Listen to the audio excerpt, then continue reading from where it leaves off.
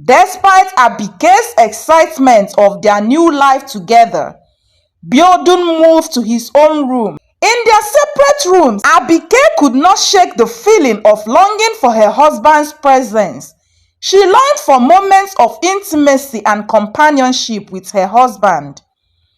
She wondered if that is what marriage is about. Abike lost a lot of thoughts because of the husband's behavior towards intimacy. Their marriage at this time was already 4 months.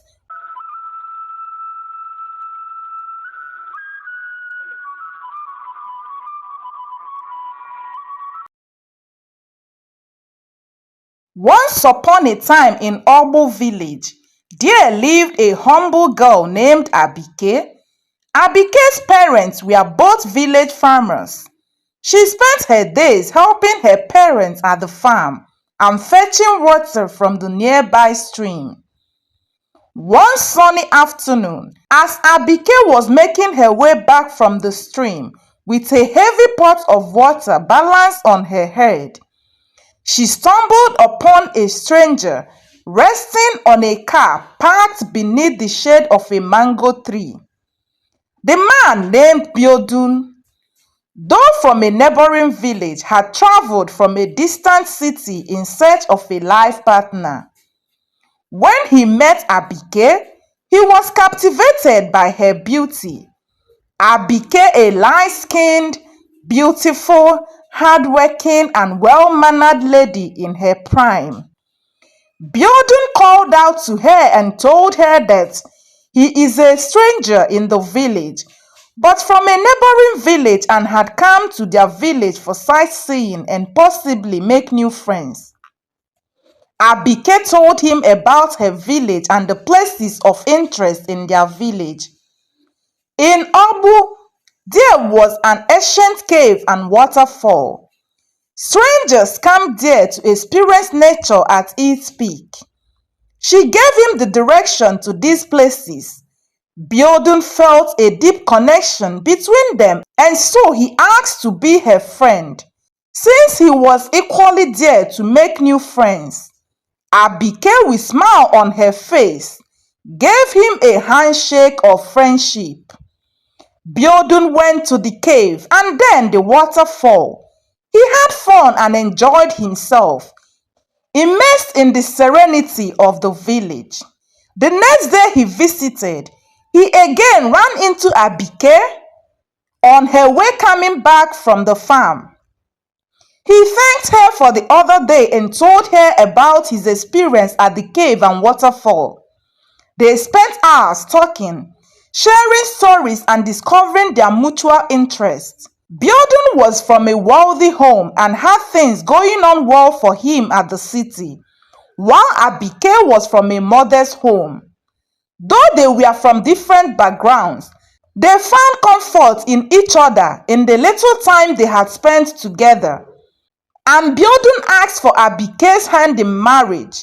Abike accepted, and in the company of Biodun's family members, he carried out the beautiful tradition of paying Abike's bride price. After their marriage ceremony, Biodun, who had a job in the city, decided to return alone, leaving Abike behind in the village. Abike was unwilling to be separated from her beloved husband, and so she insisted on accompanying him to the city to start a new life as supposed. But Biodun refused to take her along. However, Biodun's father, who saw the depth of disappointment in her daughter-in-law's facial expression, intervened and insisted that Biodun take his wife along with him. Biodun succumbed to pressure and took his wife along with him to the city. Upon arriving in the city, just when Abike thought she had found her happy ever after, Biodun led her to a new room in their shared home.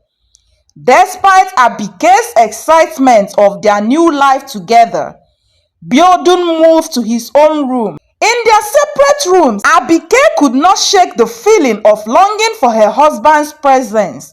She longed for moments of intimacy and companionship with her husband. She wondered if that is what marriage is about. Abigail lost a lot of thoughts because of the husband's behavior towards intimacy. Their marriage at this time was already 4 months, with no form of intimacy between them. Biodun pulled away whenever she tried to get close to him. She couldn't understand why he seemed so distant, and so she blamed herself, wondering if she had done something wrong, if she had failed to fulfill his needs as a wife, or maybe she had married her fellow woman. Unbeknownst to Abigail, Biodun has a deep sexual orientation. He had known from a young age that he was different. While his friends talked about their crushes on girls, Biodun found himself drawn to other boys. And because he grew up in a conservative community, he learned to bury his true feelings deep inside, afraid of the rejection and ridicule that awaited him if he dared to be himself. And having moved to a developed city, he was now so engrossed in the practice that he doesn't find women attractive. Though his parents were aware of his sexuality demon, they wanted him to get married and bore them grandchildren. Biodun liked Abigail, but he couldn't bring himself to tell her the truth about his sexuality. Time passed and the pressure became unbearable. Biodun struggled to connect with Abigail on a deeper level, and with the help of some medical therapies and diets, he got intimate with Abigail, and luckily for him, she became pregnant. Time went by and Abigail bore him twin boy and girl. Biodun and his family were happy to welcome the babies to their family. Despite the arrival of the twins, Biodun reverted to his old habits. His family thought to themselves that whichever way he chooses to live his life, he should carry on as he already had an heir. Over time, Abigail struggled to comprehend how their lovely home would be destroyed by something as fundamental as sexual orientation. One fateful night, she went to Biodun's room and tried to touch him. But on placing her hand on his chest, he got up and asked her what she was doing there. Confused, Abigail tried to talk to him to understand what was happening, but he remained evasive, offering no explanation for his avoidance behavior. Abigail insisted on not leaving the room. She expressed her feelings of loneliness and longing for their bond to be enkindled. Biodun could not bring himself to tell Abigail the truth, but couldn't bear to see the hurt and disappointment in Abigail's eyes. Though he was not ready to let out his secrets, but Abigail's confrontational approach with tears streaming down her face pushed him to speak his truth. With trembling hands and a heavy heart, he confessed and admitted to his struggles with his sexuality. He told her how he was molested by his father's houseboy from his 6 to 12 years old, and hence he had become addicted to the practice and doesn't find women attractive. He said he had tried to come out of the habit, but no matter how hard he tried, the urge kept coming. He promised Abigail to do everything in his power to overcome his challenges. Abigail's reaction was not what he expected. Instead of anger or rejection, she wrapped him in her arms, holding him close as she said words of love and understanding. She told him that she had suspected his struggles for some time and had sensed his pain even when he tried to hide it from her. Together they cried tears of relief and release, letting go of the burdens that had weighed them down for so long. And in that moment of honesty and vulnerability, they sought help. Abigail supported him every step of the way. She encouraged him to seek therapy, reassuring him that there was no shame in seeking help. He struggled against the tide of his own desires, desperately trying to suppress his feelings for his gender, but no matter how hard he tried, the urge persisted. Though Abike sought to ease his anguish, but try as she might, she could not free him from the chains of his own desires. No amount of love or support could change the truth of his sexuality. Biodun wanted a love that could be neatly categorized and understood. Yet he found himself drawn to this unruly behavior. Time passed, and Biodun's quest grew increasingly unbearable. All he wanted was to be in the arms of those who shared his desires. He could not resist the urge, and so he began to see his partners again without the knowledge of his wife Abike. One day he invited one of his partners into his matrimonial home in disguise of a distant relative to avoid raising suspicion.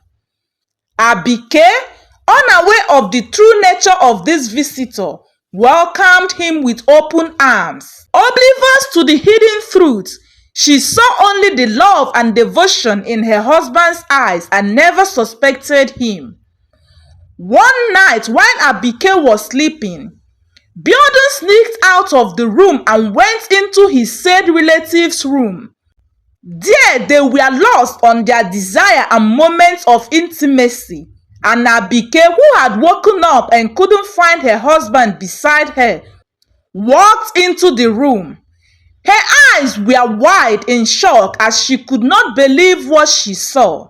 Biodun's words caught in his throat as he struggled to explain and justify the actions that had brought them to the moment. Enraged Abike did not want to hear him say anything to her. With tears streaming down his cheeks, Enraged Abike did not want to hear him say anything to her.